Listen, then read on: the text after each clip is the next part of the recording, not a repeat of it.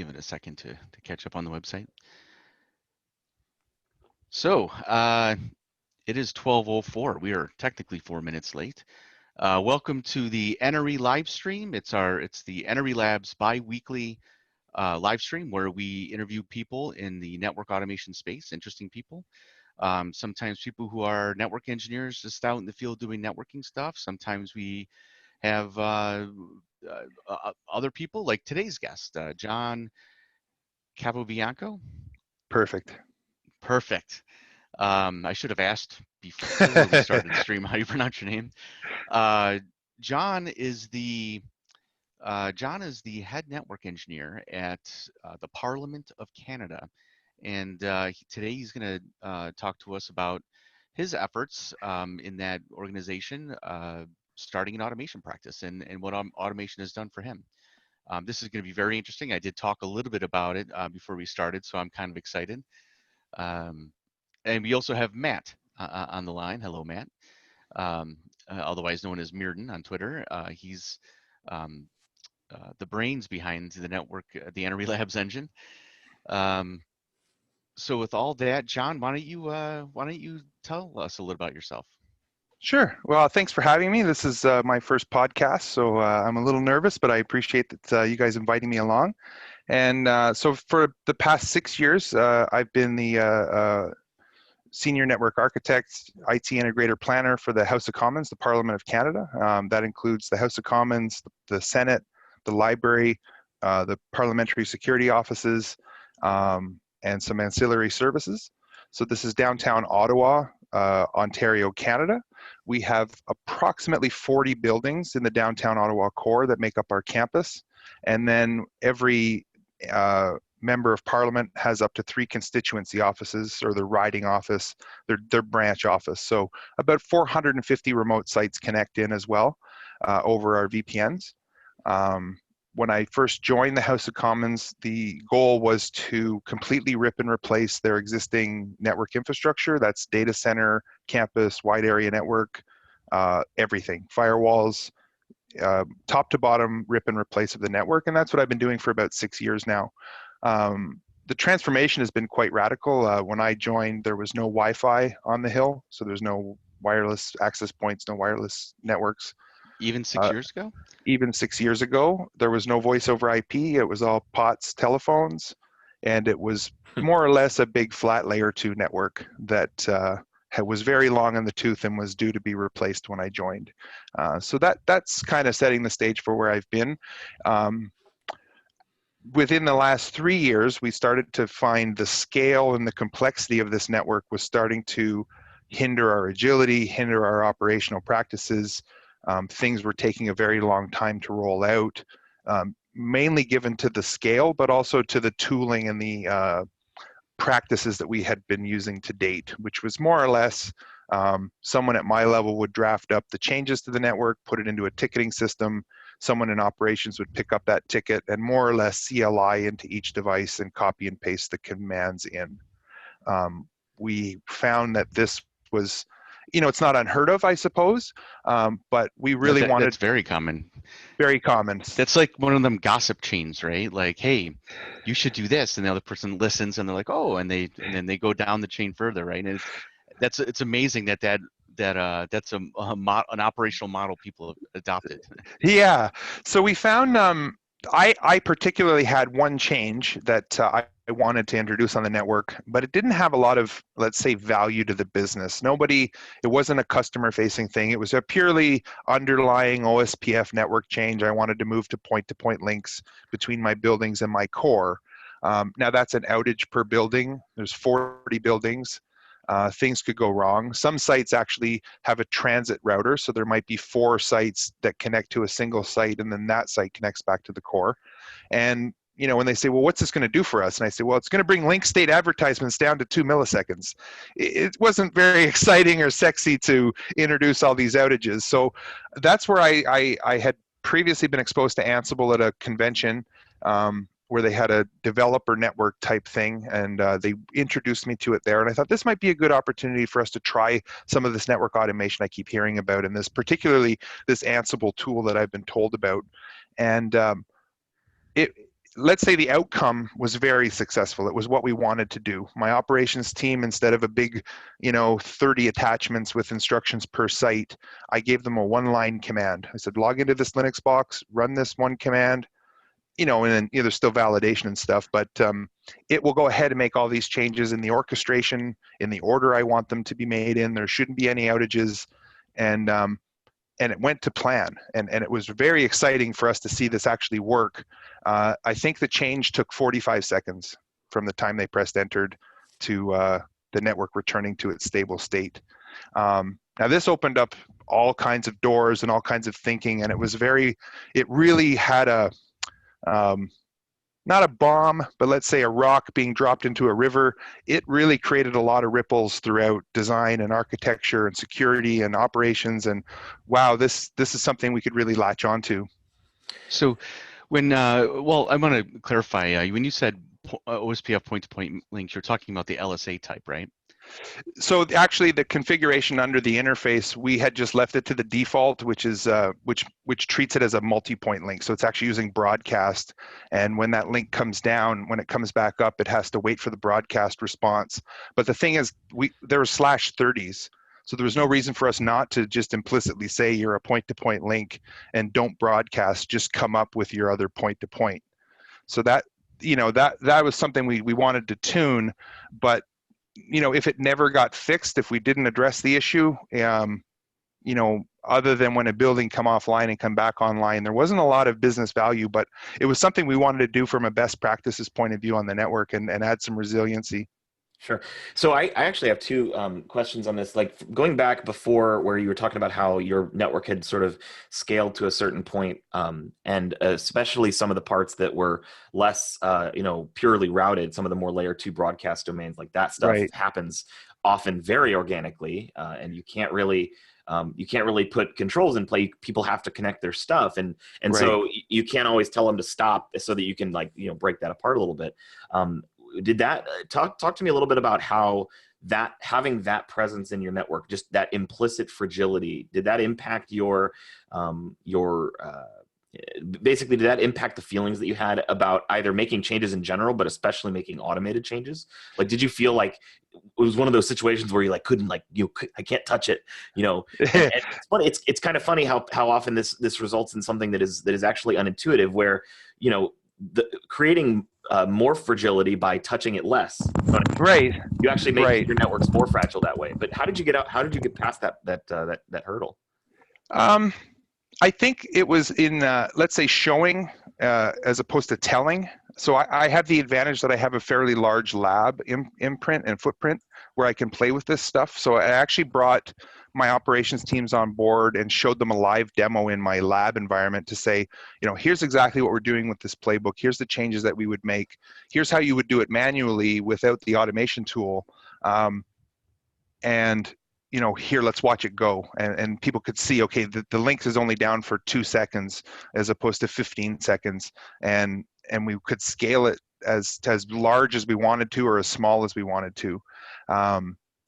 It was quite a challenge. I think the largest challenge network engineers in general face with automation is what I've heard or call the blast radius of the network.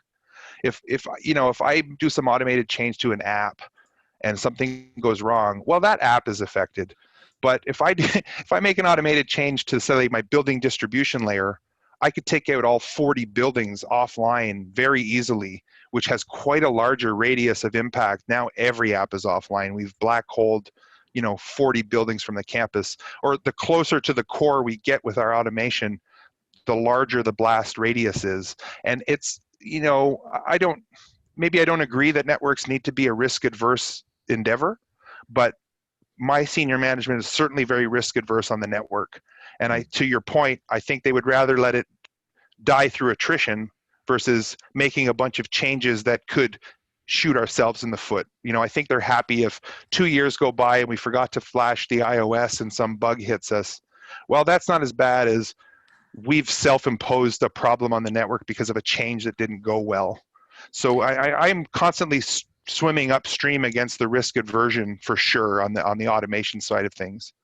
What do you think? I mean, you're kind of in the middle of this, so maybe you haven't found the right answer. But from your perspective, what kind of work can you do ahead of time to help prevent that? Like if the main concern is that the automation is going to break something because of the blast radius issue, which I totally agree with, that is definitely Right. a concern. What, if anything, can we do ahead of time, either from a process perspective or just from adding additional steps maybe Right. to the workflow ahead of time to sort of ameliorate that problem?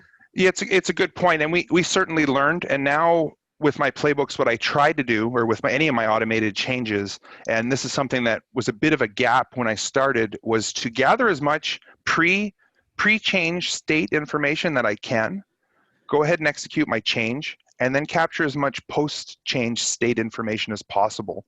And all through the automation. It doesn't help me to automate half of this process and have someone go CLI to CLI gathering show IP route, right? Or, show SPF neighbors or something like that. So what I try to do now is massage my playbooks where I either in one orchestrated play, steps 1 to 5 are going to go capture, show interface status, show SPF neighbors, show routing tables, whatever relevant information to my change. Go ahead and make my change, and then post-change, regather either the same routing tables, MAC tables, interface status, whatever, and they all get put into my repository centrally. And then through a tool, diffs between the pre and post changes. There's still some manual stuff there. We've also interjected some. Let me temper this. I haven't quite got there yet, but my ultimate goal with this network automation is to get to a continuous integration, continuous delivery, or CI/CD, where the playbook is just running every hour or every night or every Friday night or something, and people are just merging changes in through the back end through Git branching, and then the automated continuous integration would push those changes without anybody logging in. Nobody runs any playbooks. It's a central Git type tool or Jenkins or TFS or some central orchestrator that on a cadence will run my playbooks and suck in changes and push them out. Now in that CI/CD, I would love to interject before you deploy automatically, run some tests automatically. Go ahead and ping some interfaces from some different VRFs, or make sure you can route, or make sure the ACL is denying before you actually continue and execute that playbook. So I don't think that people should shy away from automation. I think they just need to see the forest from the trees and say, what can I really automate? It's not just about the change, and it's not just about going fast, but can I get some pre-information? Can I get some post-information? Can I run some ping tests or some trace routes or some other things in the middle of this play to make it holistic, so that my operators, when the end, they can look at some output and say, yeah, I didn't do this change. I didn't even see what the change was because my playbook just ran and did it. But at least I have the output post-execution to say, check, check, check, everything is passing. Very cool. So it almost sounds like, from your perspective, making the configuration change is only a very small part of it. You have to do a lot of analysis and data gathering and things like that. Yeah, I agree with that. And I think not to get into vendor religion or anything, but I think you on the Juniper side of the house have a little more advantage in that you can do stateful type things. I'm kind of, let's say, handicapped by the Cisco world, where I can't just put an end state config through my Ansible. I actually have to handle, say I'm adding a DHCP helper or an NTP server. Well, my playbook actually has to know out, remove obsolete stuff if they're obsolete. It's not like software, which is, I repackage an EXE and everything is all included and I push it out to the network. With Cisco in particular, I have to, okay, if I'm making a change to a VRF interface and I change the VRF, it removes the IP address automatically, so I have to remember to put it back in. Like you're just substituting what someone would do at the CLI. Like we've all heard software-defined networking and SDN is coming and it's going to change everything. And now I might be wrong, but my interpretation of software-defined networking is the abstraction from the control plane and the data plane. To me, this Ansible stuff, this network automation stuff, takes software-defined networking up to the management layer. Not the control plane or the data plane, but just the management plane. Instead of someone having to CLI onto 4,000 devices to add an NTP server, we've centralized that management plane through the Ansible box that will then go out and talk to all those central devices. Now, there's appliances. You can buy the vendor solution, pizza box that goes into your data center. I found they will do 65%, maybe 75% of what you want it to do. If you think about software-defined access or software-defined WAN, or let's say something like prime infrastructure, excuse me, you can do 60 or 70% of what you do. I find that's the advantage in bringing it in-house and writing your own code. You can tailor it to do 100% of your config tailored for your environment without needing hooks into some expensive third-party centralized controller, right? You're kind of making your own controller. Yeah, you guys hear me okay? Yeah. Go for it. All right. Didn't know how. Is it too loud? You're perfect. Perfect. Okay, good. Yeah, sorry. Of course, my microphone completely disappeared off my PC in the middle of the stream. So it's interesting you say that. There's all these systems. Software-defined networking is a lot of times it revolves around very networky things and network systems, right? But when you're using, a lot of times there's still a last mile with all the other things you have to touch in your environment, like help desk, like ticketing systems or email or messaging or, maybe you want to auto-generate a document or auto-update a document or something. Is that, I mean, when you say it only does 65% of what you need, like how much of that last mile stuff do you think makes up that percentage? Yeah, I know I've had some limited success with using, let's say, prime infrastructure to go ahead and push a bunch of commands through the CLI. It's a GUI-based thing. It's kind of clunky.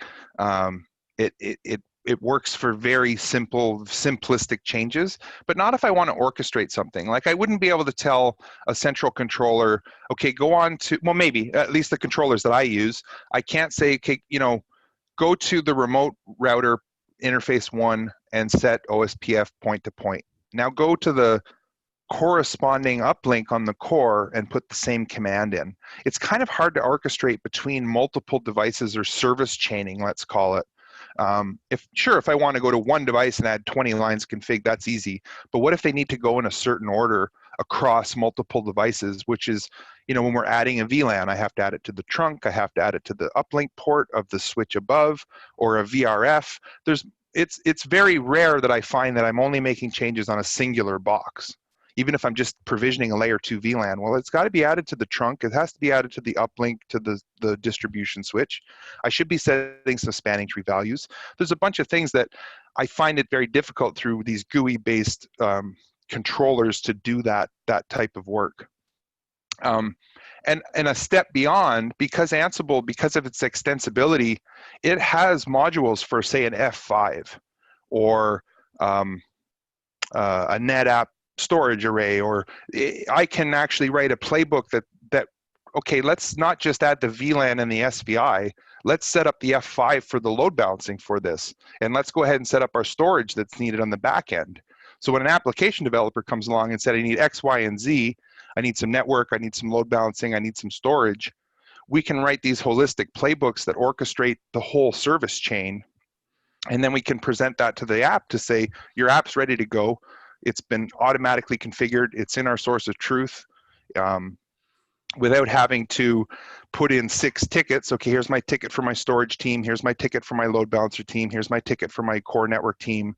And hopefully all 3 of them collaborate and orchestrate this change together. You take control of that and can centralize all of it through your playbooks. So that's actually one of my biggest things about Ansible, because I do have a programming background, so I'm very not shy to go deeper into Python or even Go or any other language. So for me, like a lot of times the concept of people ask me like what tool should I use, and the answer is always it depends, because you have to figure out your own requirements, right? Right. But one thing that I think that does set Ansible apart, because there are some things that I don't want to do in Ansible, like really advanced data manipulation. I would just want to go to Python for that. Yeah, I would agree with that.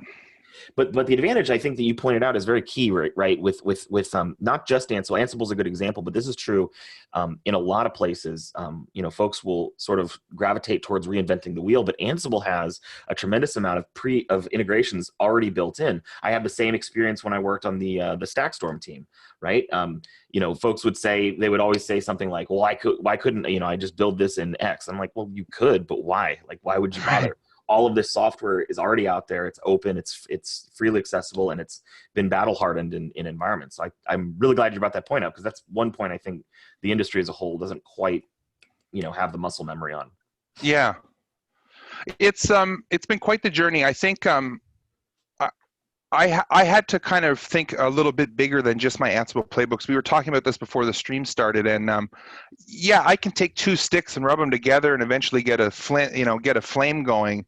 But once I found the Zippo lighter, once I had better tooling and instrumentation, like when I actually found a true code editor, like when I moved to VS Code from using Notepad or TextPad or Notepad++ or whatever, Yep. that was a huge like a huge discovery for me. And then I had all of their extensible plugins, so I could have a YAML extension and a Python extension, and it's checking my syntax and it's helping me write this code, versus trying to blindly do it trial and error via Notepad or TextPad++. So that was one giant leap forward, was finding VS Code. And then the next thing, I had a senior executive say, "Yeah, it sounds like you're doing some real cool stuff with this automation." And he was calling it scripting. I didn't correct him because it's, whatever. Yeah. But can you get those scripts, into our central source control and version control? We have a whole floor of developers that are writing software, and it's all version control, it's all source controlled. Why don't you work with some of our developers, and they'll cut you a repo, and you can start stashing your stuff in the repository. So then once I had a Git repo with a GUI front end in TFS, and I was using VS Code Editor to write my code. Now there was some learning curve there, and I wouldn't say I'm a Git expert. ohshitgit.com. If you're getting into Git, go to ohshitgit.com. It's a great site. There's also learngitbranching.js.org. I'm not related or affiliated with any of these sites. I'm just throwing them out there. Sure.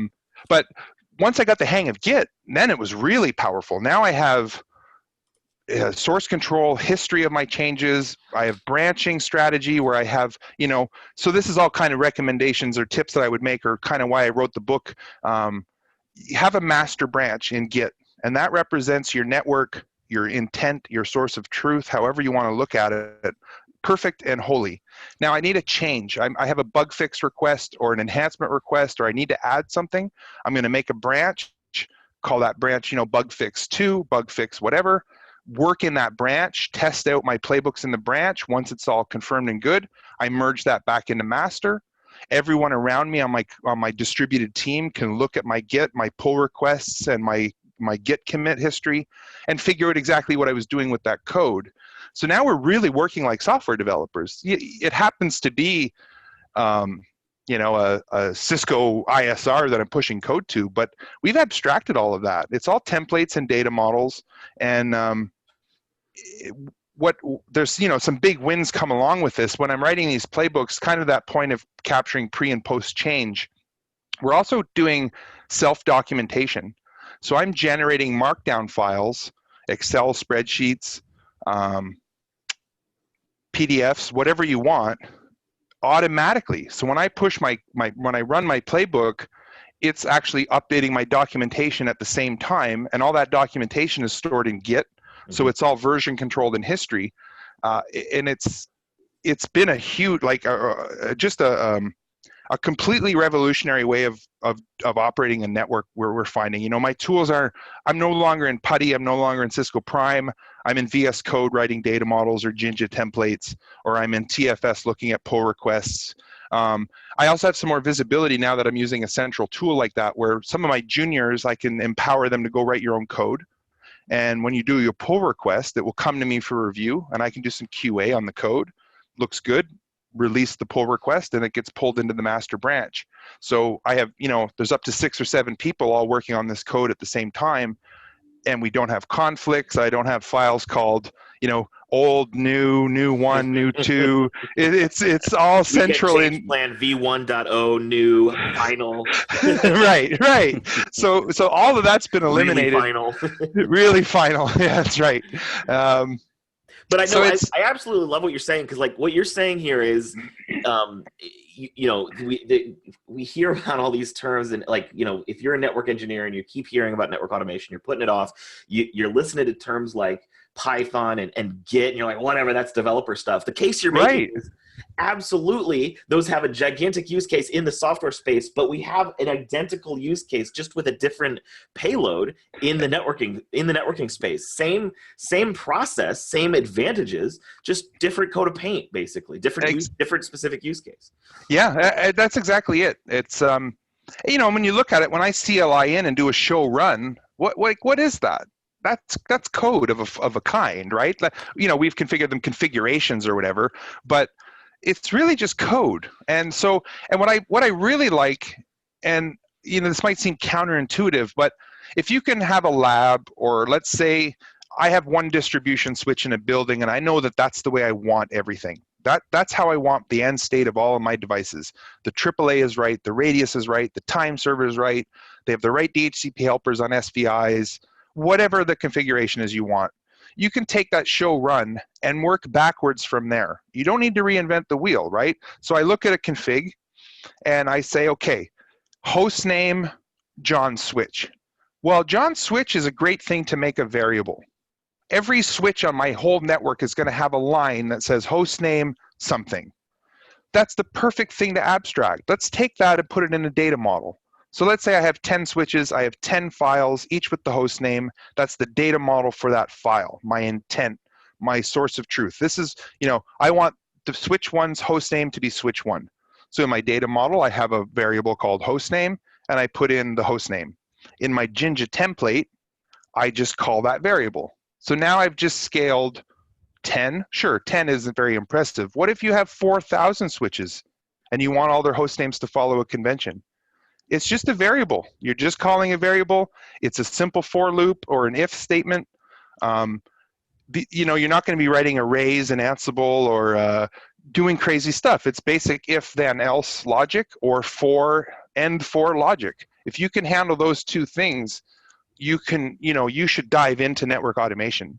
The other tip I would give, and I didn't follow this advice myself, but I sort of jumped right in the fire making production changes with this and tried to learn backwards from there.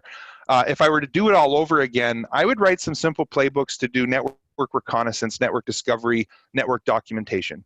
Write a playbook that you can't wreck anything. We understand the blast radius is huge, and you don't want to take down networks and explain to management, well, I was trying to learn Ansible. That's not going to fly, right?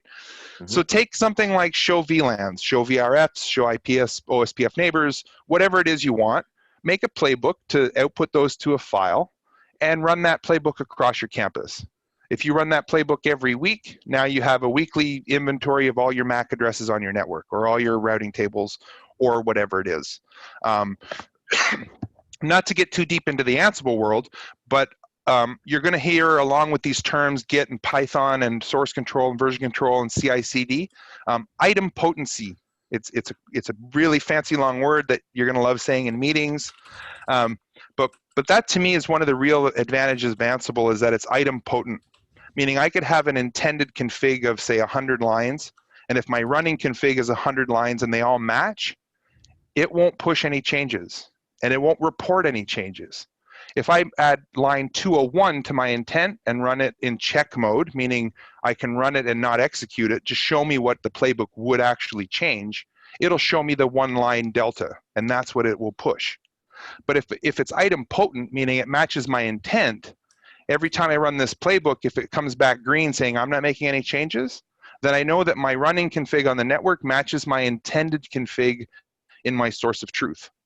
And then, you know, once you reach that point across your full network, then you can start looking at things like continuous integration, continuous delivery, automated testing, and you know, there's other virtual environments. I believe you could do this in Packet Tracer or Virl, or you know, virtualized environments on the cloud if you just want to play with Ansible a little bit. So I have a quick question on I don't know what kind of teams that you generally work with within your environment, but a lot of times, especially these days, this was less true maybe 15 years ago when outsourcing was in fashion, but I think now it's very much a commonplace experience, at least in the environments that I've worked in, for there to be an applications team or a development shop for in-house application building. Um, um, and that's only becoming more popular, especially now that the cloud is happening. My question is, has your uh, as you pick up these skills and as your team starts to use these tools and become more acquainted with developer terminology and tooling and process, has that changed the relationship that you've had with internal applications folks? And if so, in what way? Yeah, no, that's a great question. It has certainly brought, let's say, a few of the key senior people a lot closer together. I'm a lot closer now with my counterparts in application, partly because I had to go to them with my hat in hand and saying, someone sent me your way to get a TFS repository. I don't know what it is or what I'm doing with it, but could you help me get one? Mhm. And then from there it was, okay, I don't really know what Git even is. Could you point me in the right direction? So I've learned a lot from the application side of the house. And I think through their own curiosity, um, they were curious as to well, show me what you're doing with the network, right? So I showed a few of them some of this stuff, and they're on board. They think this is great. And I don't know if it's a chicken and an egg, or if they're playing a bit of a game of chicken, but uh, they're like, yeah, push for continuous integration, push for automated changes on the network. I think because if the organization says, well, the network team's doing it, why can't us application guys do it, right? So I think they're looking for us to be a bit of a canary in the coal mine to look at CI/CD and truly having, a job actually configures the whole network every night at midnight. Wow, that's pretty intense. How would we do that on applications, right? So we're learning quite a bit Sure. from each other. Now I think I've had this philosophical debate with a few people. I don't know if, like, I think if you were getting into this and you had an application developer, they don't need to know the OSI stack. They don't really even need to know CEDAR or IP routing or anything to do with it, right? You could send them a running config and say, look, here's what I want to do. I want to turn this into templates and data models. Could you help me with that code? I'm sure they could pick it up and help you, versus a pure networking type person who's maybe CCNA or Network Plus certified, doesn't know the first thing about development or a for loop. It might take them longer to ramp up than it would take to ramp up a developer to the very basics they would need to understand about a network. So Uh, I don't know that maybe 5 years, 7 years from now, is there really going to be a position called network analyst? Well, maybe they're just software developers. Maybe your pool of software developers now includes 4 or 5 people that have an architecture, lean towards architecture, infrastructure. Um, I don't know. Maybe this network as an isolated silo might dissolve over the next few years as this stuff starts to mature, right? And now everyone's just a developer. You just happen to be developing on the Juniper platform or the F5 platform. Something that may be coming. You said something earlier. Maybe I missed this when my headset was out. But you said you have these YAML files and you have these playbooks. And before the call, at least, you said you've even written a handful of, I'm not huge, but just a handful of Python plugins for Ansible. Yeah. All these things are going into your Git repository, especially the YAML, the data Yeah. models. Yeah. So if we take a step back, so the kind of framework, so maybe I should have started with some of this about Ansible. And again, I don't work for Ansible or Red Hat or anything. I'm just a consumer of their products. It's agentless. So if you can SSH from a Linux box that's running Ansible onto a switch or a router, that's really all you need. There's no agent that goes out there. And it's not like Python is a full-blown programming language, whereas Ansible is really just a framework that sits on top of the Python. Now there's filter plugins that you can write your own Python. I've written some to strip white spaces or to do a natural sort on interfaces, so they sort 1 through 10, 11 through 19, etc. You can write, if you're handy with Python, you can write your own plugins to kind of override or enhance the basic Ansible framework. Now, in terms of YAML and where YAML is going to come in, there's a couple of high-level folders in Ansible. So there's one called group vars or group variables, and one called host vars or host variables. Now, your group vars are going to be variables that apply to multiple devices. So in terms of how I have mine laid out, I follow a standard core distribution access type campus. So I have a group variable called distribution, and it's all the variables that are specific to my distribution layer. I have an even higher level group variable called enterprise. So in my enterprise group variable, it's things that apply to all downstream devices. Like so think banner about of the day. banner of the day, NTP servers, IP helpers, radius servers, anything that's going to be exactly the same on every device through your campus, you're going to stuff them all in a group variable. Now, the host variable is actually things that apply only to a single host. So that's going to be things like host name, the management IP address, the VLANs that are presented on that switch, other things that are very specific just to that host. Now, I consider those YAML data models our intent or our source of truth, or it abstracts it. So they should be human readable. It shouldn't be a bunch of networking terminology or verbiage. It should be very human readable in the YAML format, so that I could handle to an operator or even a non-technical person and say, here's my core, and here's all the variables that I want to, the important information. So I'm going to abstract it from the actual lines of configuration. So then once I have my data models and I model my data, then we have Jinja 2 templates. And Jinja 2 templates are going to reference the group and host variables to complete their template. So again, I'm going to have host name and then a variable, host name is my variable. It loops through, I don't know, 1,000, 2,000, 10, however many devices are in my inventory file, and it creates my intended config and will push those intended configs to my devices. Because it's all in Git, it's all version controlled, so I could look at my intent or my data model for any of my devices through any point in time. It makes it very easy to find what changed and where and on what devices, because you're going to look at, say, a Git pull request or a Git commit. And I look at the commit and say, oh, I see developer 2 has added 3 VLANs to this switch, added it to the trunk, presented it to the building distribution switch, or whatever. Once you have that, then those same Jinja templates, you can have them output to, say, a markdown file. So now not only am I documenting my intent, I can actually put it in markdown and manipulate it to be in tables or a CSV file or however output you want. So you can actually look at your intent in a human readable format. That's been the biggest. Now, if you want to start Ansible day 1, I would suggest that's probably a day 5 or 6 thing in Ansible. Start with tactical playbooks using the iOS command or Juniper OS command to add a VLAN or to show some output. Start with little tactical changes, and then you can build up towards what I call full configuration management, a data model and a template, and the two combine to give me my intended config. Yeah, it almost sounds. You had yourself when you were explaining how you got to where you were. It was a progression, right? You started.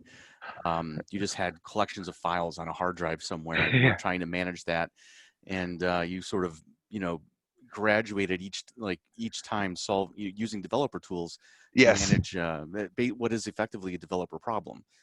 Yeah, in the it's context true. of network configuration. And we're trying to see what else can we automate now. So we haven't got to let's say our firewalls, but certain firewalls that we use have Ansible modules.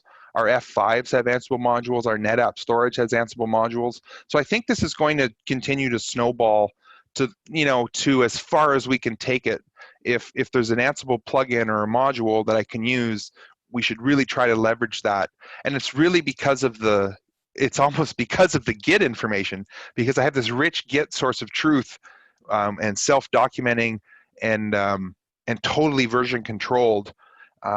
I don't know about you, not in this environment, but in a previous environment, my senior network engineer, every time you update something, make a little notepad file in a folder that lists what you changed.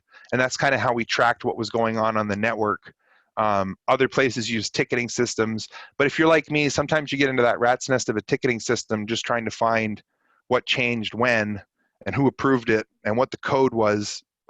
It can be challenging in a large enterprise environment to just simple tracking of what changed when, like every time there's an incident, to me, I almost default to what changed. Everything worked yesterday, it's not working today, what has changed? Having everything in Git or, in a TFS repository that's just a Git front end, it takes all of this complexity of finding out what changed and on what devices. It becomes very easy. It's just a graphical point and click and you can see what changed. How do you handle reverting back from a bad change? That's a good point. Reverting back is, I try to capture the full running config as part of my pre-changes, have the full config. And then in my post-change, if I don't get to the post-change output, it's a fancy way of saying it's a manual reversion at this point. I haven't got it to the point where it will detect something has gone wrong and self-roll back. I have not got there yet. We have played with the config replace option on our 4500s. So certain Cisco platforms, you can present a target end state config and do a config replace, which is more of a stateful change. When I do the stateful config replace, then I can automatically roll back to the previous state. But changes that we're just doing through CLI, it's very much a manual reversion at this point. Cool. Well, we're nearing the top of the time. I do want to make sure that I get some details from you on like what kind of. The question always comes up: how do I get started? What is that's like the number one question every single talk I ever give, or even attend? That's the number one question. So, go ahead and provide an answer if you will to that.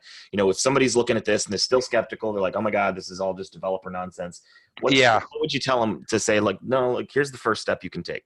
So, I know for me, and it depends on your shop. My shop is I don't want to say Linux adverse, but we're a Windows shop. It's very hard for me to find a production Linux box that can talk to my in-band management or my out-of-band management.